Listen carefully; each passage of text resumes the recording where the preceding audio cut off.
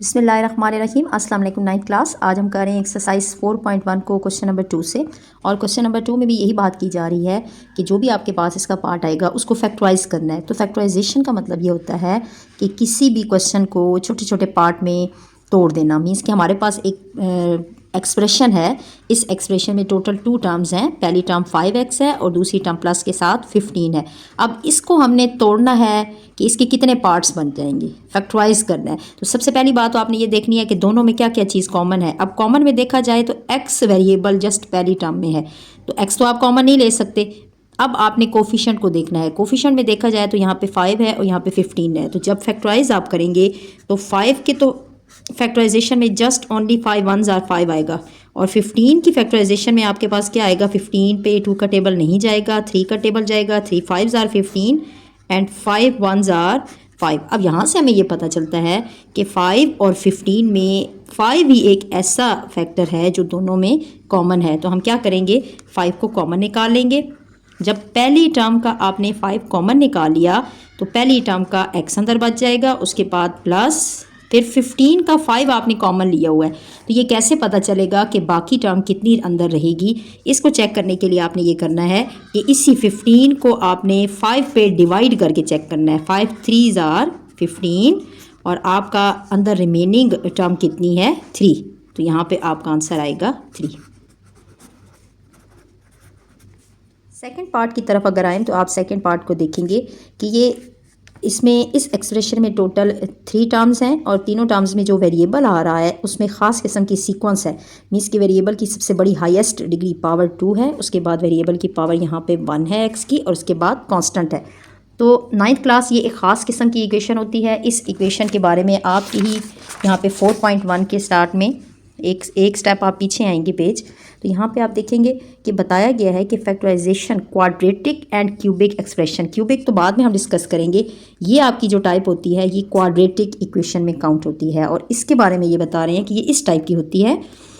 Of the type x² + px + q या ax² + bx + c। मैं आपको किसी एक एग्जांपल से इसको एक्सप्लेन कर देती हूँ कि देखिए ax² + bx + c ये स्टैंडर्ड फॉर्म है क्वाड्रेटिक इक्वेशन की। क्वाड्रेटिक इक्वेशन एक ऐसी इक्वेशन होती है कि जिसमें वेरिएबल की हाईएस्ट डिग्री 2 होती है। जैसे यहाँ पे वेरिएबल x है तो उसकी डिग्री 2 होगी, फिर डिग्री 1 होगी, पावर 1 होगी, और उसके बाद c कांस्टेंट होगा और a b यहाँ पे कोफिशिएंट होंगे। तो हमारी भी इस इक्वेशन की तरफ अगर आप आएंगे तो हम यही देखेंगे कि इसमें x वेरिएबल है, x की सबसे बड़ी पावर डिग्री 2 है, उसके बाद तरतीब से फिर x की पावर डिक्रीजिंग में ये आ रहा है, x की पावर 1 है और उसके बाद कांस्टेंट आ रहा है। और कोफिशिएंट क्या है जी, यहाँ पे x का कोफिशिएंट अगर शो नहीं हो रहा तो 1 है और इसका कोफिशिएंट 4 है। अब ये आपकी क्वाड्रेटिक इक्वेशन है, ये एक ख़ास किस्म की टाइप है। इसको सॉल्व करने का क्या तरीका है, अब आपने ये ध्यान से सीखना है।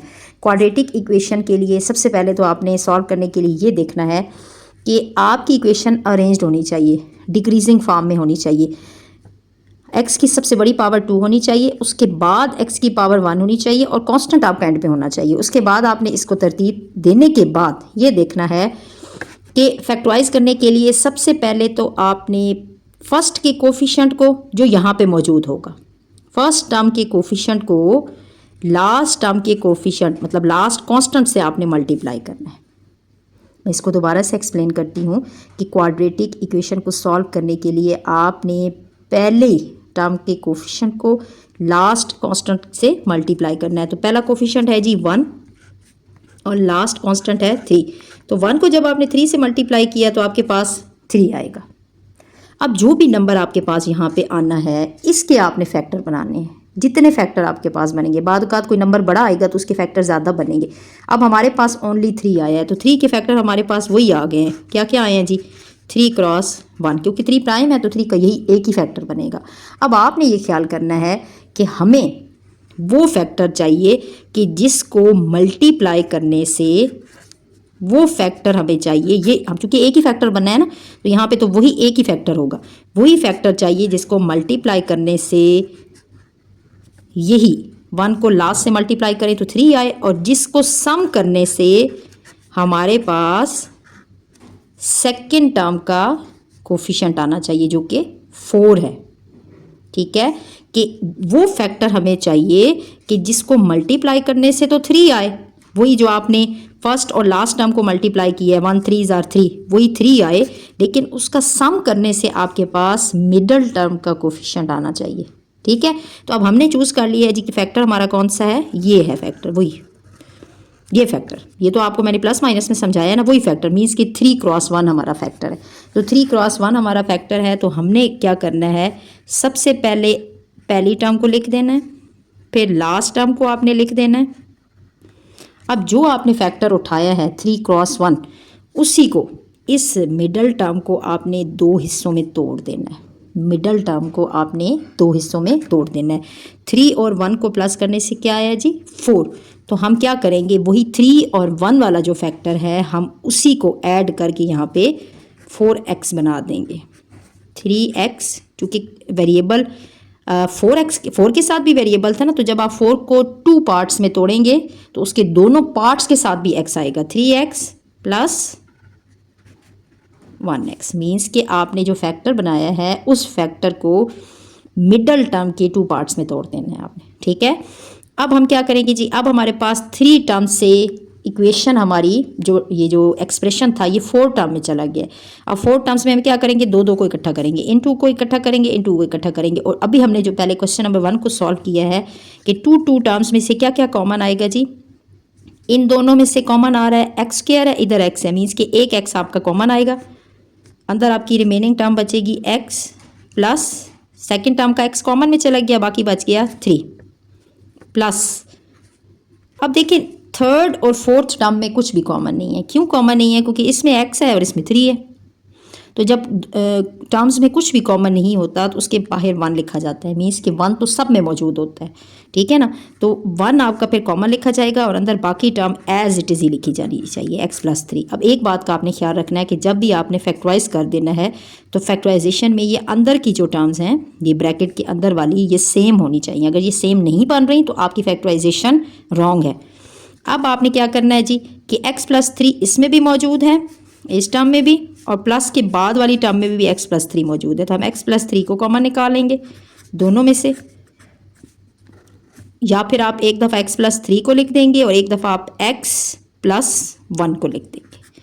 तो ये आपका फैक्टराइज होके आ जाएगी कौन सी equation, quadratic equation. Third part को देखें तो थर्ड पार्ट में हमारे पास क्वाड्रेटिक इक्वेशन है। अब आपको यहाँ से ज़्यादा अच्छे से इसकी समझ आएगी क्योंकि यहाँ पे हमारे फैक्टर एक से ज़्यादा बनेंगे। तो देखिए क्वाड्रेटिक इक्वेशन में एक तो सीक्वेंस होता है, आपने तरतीब देना है, x की डिग्री 2 होती है, फिर उसके बाद x की पावर 1 होनी चाहिए, फिर तरतीब से कांस्टेंट होना चाहिए। अब आपने देखना है कि ये तरतीब में तो आ गई, फिर आपने फर्स्ट का कोफिशिएंट देखना है। फर्स्ट का कोफिशिएंट अगर नहीं है तो यहाँ पे 1 है, शो नहीं हो रहा तो वो 1 होता है। अब फर्स्ट का कोफिशिएंट और लास्ट की कांस्टेंट टर्म को हम मल्टीप्लाई करेंगे। तो जब आपने फर्स्ट के कोफिशिएंट और लास्ट की कांस्टेंट टर्म को मल्टीप्लाई किया, 1 cross 8 which is equal to क्या आ गया जी 8। अब इस 8 के आपने फैक्टर बनाने हैं। फैक्टर वो नंबर आपने लिखने हैं जिनको मल्टीप्लाई करने से हमारे पास 8 आए। अब हम जी 8 के फैक्टर बना रहे हैं। पहला फैक्टर हमने बनाया है 8 1 जार 8, एक फैक्टर हमने बनाया है 2 4 जार 8। 4 2 जार हो या 2 4 जार हो वो एक ही बात है, उसको आपने 2 दफ़ा नहीं लिखना, रिपीट नहीं करना। ठीक है, तो 2 4 जार 8। अब उसके अलावा कोई ऐसा नंबर नहीं है जिसको मल्टीप्लाई करने से 8 आता हो। हमारे कितने फैक्टर बने हैं, 2। दोनों फैक्टर में से एक ऐसा फैक्टर होगा जिनको प्लस करने से मिडल टर्म 6 आएगी और मल्टीप्लाई करने से वही 8 आएगा। ठीक है, तो अब अगर मैं पहला फैक्टर आपको उठा के दिखाऊं, ये वाला फैक्टर, मैं कहती हूँ कि मैं इसको चेक कर रही हूँ, तो देखो इसको चेक करने के लिए 8 को मल्टीप्लाई करने से तो वही 8 आ रहा है, 8 1 जार 8, लेकिन इसको प्लस या माइनस करने से किसी सूरत में भी मिडल टर्म नहीं आ रही। मैं इसको प्लस करूँगी तो 9 आ जाएगा, अगर माइनस करूँगी तो 7 आ जाएगा। तो इसका क्या मतलब है कि ये वाली जो आपका पहला फैक्टर था ये तो रिमूव हो गया, इसने दोनों कंडीशंस को फुलफिल नहीं किया। अब सेकंड फैक्टर की तरफ आते हैं। अब मैं कहती हूँ कि मैं ये वाला फैक्टर चेक करती हूँ। देखो इसको मल्टीप्लाई करने से तो 8 आ रहा है, लेकिन इसके साथ साथ इसको प्लस करने से मिडल टर्म का कोफिशिएंट आ रहा है। कैसे, 2 + 4 जो कि 6 आता है। तो मीन्स कि हमारा फैक्टर कौन सा वाला ट्रू है, 2 और 4 वाला। 2 और 4 ऐसे 2 फैक्टर हैं जिनको मल्टीप्लाई करने से 8 आता है और प्लस करने से मिडल की टर्म आती है, तो मैं इसी को चूज़ करूँगी। तो अब मेरा 6x है ना, तो 6 के साथ x वेरिएबल है, तो जब मैं 6 को 2 पार्ट्स में तोड़ूंगी 2 और 4 में, तो उसके दोनों 2 और 4 के फैक्टर के साथ भी मैं x लगाऊंगी। ठीक है, तो आपने इसको कैसे तोड़ना है, x स्क्वायर। अब इसके साथ बेशक आप 1 लिख दें ना लिखें, कोई इशू नहीं है। 6 को मैं तोड़ रही हूँ जी, 2x plus 4x plus 8। Question जी चेंज हो गया हमारा 3 टर्म्स से 4 टर्म्स में। अब 4 टर्म्स में जाने के बाद दो में से आपने कॉमन निकालना है। इन दोनों में क्या कॉमन है, इन दोनों में क्या कॉमन है, तो दोनों में जी कॉमन है x। फर्स्ट टर्म का x बाहर चला गया, अंदर एक x मौजूद है, प्लस सेकंड टर्म का x बाहर चला गया, अंदर 2 मौजूद है, प्लस। अब इन थर्ड और फोर्थ टर्म में से देखें, थर्ड और फोर्थ टर्म में से 4 कॉमन आएगा, तो थर्ड टर्म का 4 बाहर है, अंदर x मौजूद होगा, प्लस अब 8 का 4 बाहर मौजूद है। तो आपने क्या करना है जी, डिवाइड करके चेक करना है। डिवाइड करके आप चेक करेंगे कि 4 अगर बाहर मौजूद है तो 8 का बच्चे माइनस कर देते हैं, बच्चे यहाँ पे 4 लिख देते हैं, और इससे क्या होता है कि ये अंदर वाले दोनों फैक्टर भी चेंज हो जाते हैं, क्वेश्चन बिल्कुल गलत हो जाता है। आपने डिवाइड करके चेक करना है कि 4 बाहर निकाला हुआ है ना, तो 8 को 4 पे डिवाइड करके चेक करना है। 4 2s आर 8, तो अंदर हमारा फैक्टर बचेगा 2। अब देखिए ये दोनों फैक्टर हमारे सेम हो गए, यहीं से आपको पता चल गया कि आपने फैक्टराइजेशन बिल्कुल ठीक की है। अब आपने क्या करना है जी, एक दफ़ा इस फैक्टर को आपने लिख देना है और एक दफ़ा ये बाहर x प्लस 4 वाले फैक्टर को, और किसी भी फैक्टर को आप पहले लिख दें, उससे क्वेश्चन कोई आपका रॉन्ग नहीं होता। आपने एक दफ़ा इस फैक्टर को लिख देना है 1 टाइम, और 1 टाइम आपने x प्लस 4 को लिख देना है, और यही आपका क्वाड्रेटिक इक्वेशन का आंसर। पार्ट को देखें तो फोर्थ पार्ट में भी सबसे पहले तो आपने ये देखना है कि ये क्वाड्रेटिक इक्वेशन है क्योंकि डिग्री 2 है, और उसके बाद इसमें एक सीक्वेंस है, डिग्री वहाँ पे 1 है, फिर उसके बाद कांस्टेंट है। तरतीब अगर नहीं होगी बाद औक़ात क्वेश्चन में, आपने उसको अरेंज करना है। ठीक, अब ये बिल्कुल तरतीब में है। अब आपने ये देखना है कि पहले का कोफिशिएंट क्या है, शो हो रहा है या नहीं हो रहा है। यहाँ पे 3 है, 4 है, अगर नहीं है तो आपने 1 लगा देना है। अब इसके कोफिशिएंट को लास्ट कांस्टेंट से आपने मल्टीप्लाई करना है, तो जब आप इसके कोफिशिएंट को लास्ट के कांस्टेंट से मल्टीप्लाई करेंगी तो क्या आ जाएगा, 1 4s आर 4। अब हमारा 4 यहाँ पे आ गया। इस 4 के हमने फैक्टर बनाने हैं। 4 के फैक्टर जी बनेंगे 4 क्रॉस 1 या 1 क्रॉस 4, 4 1s आर 4, और एक और फैक्टर बनेगा जी 2 क्रॉस 2, 2 2s आर 4। अब इन दोनों फैक्टर में से ये 2 फैक्टर बने हैं, ये इन दोनों फैक्टर में से आपने चेक करना है कि ऐसा कौन सा फैक्टर है जो कि मल्टीप्लिकेशन में तो 4 ही दे रहा है ये नंबर, लेकिन एडिशन में हमारी मिडल टर्म दे। ठीक है, तो हमने क्या करना है जी, इसको चेक किया। मल्टीप्लिकेशन में तो वो 4 दे रहा है, लेकिन एडिशन में या सब्ट्रैक्शन में 4 + 1 5 हो जाएगा और 4 - 1 3 हो जाएगा, तो उसमें फिर जाके हमारा ये रॉन्ग हो जाता है। अब आपने इसको क्रॉस कर देना है। ये वाला तो आपका फैक्टर हो गया जी रिमूव। सेकंड वाले फैक्टर को देखें। सेकंड फैक्टर हमारा मल्टीप्लिकेशन में तो 4 दे रहा है, लेकिन एडिशन में साथ साथ एडिशन में भी क्या कर रहा है जी, मिडल वाली टर्म दे रहा है 2 + 2 विच इज़ इक्वल टू 4। तो हमारा फैक्टर ये वाला 2 है। 2 फैक्टर 2 और 2 दो ऐसे नंबर हैं, दो ऐसे फैक्टर हैं जिनको मल्टीप्लाई करने से 4 आता है और प्लस करने से भी मिडल की टर्म आ रही है। तो हम क्या करेंगे जी, मिडल की टर्म को 2 पार्ट्स में तोड़ेंगे, और मिडल की टर्म के साथ भी वेरिएबल है तो इसके दोनों फैक्टर के साथ भी वेरिएबल आएगा। तो मैं इसको लिख रही हूँ जी x² plus 2x plus 2x plus 4।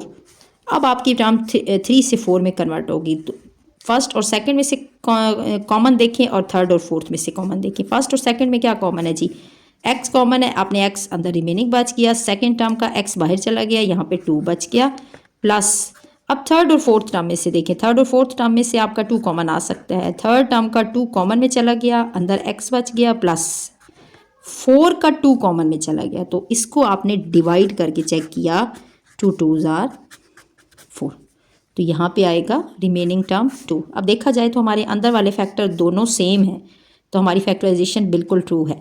आपने क्या करना है, एक दफ़ा अंदर वाला फैक्टर लिख देना है 1 टाइम, और 1 टाइम बाहर कॉमन वाला x + 2 इसको लिख देना है x + 2। ठीक, अब यहाँ पे तो क्या हुआ है कि दोनों फैक्टर ही एक जैसे बन गए हैं, यहाँ तक भी आपका आंसर ठीक होगा, लेकिन आप अगर इसको एक स्टेप और x + 2 का होल स्क्वायर करके करेंगे तो यहाँ पे ये आंसर भी आपका ट्रू होगा।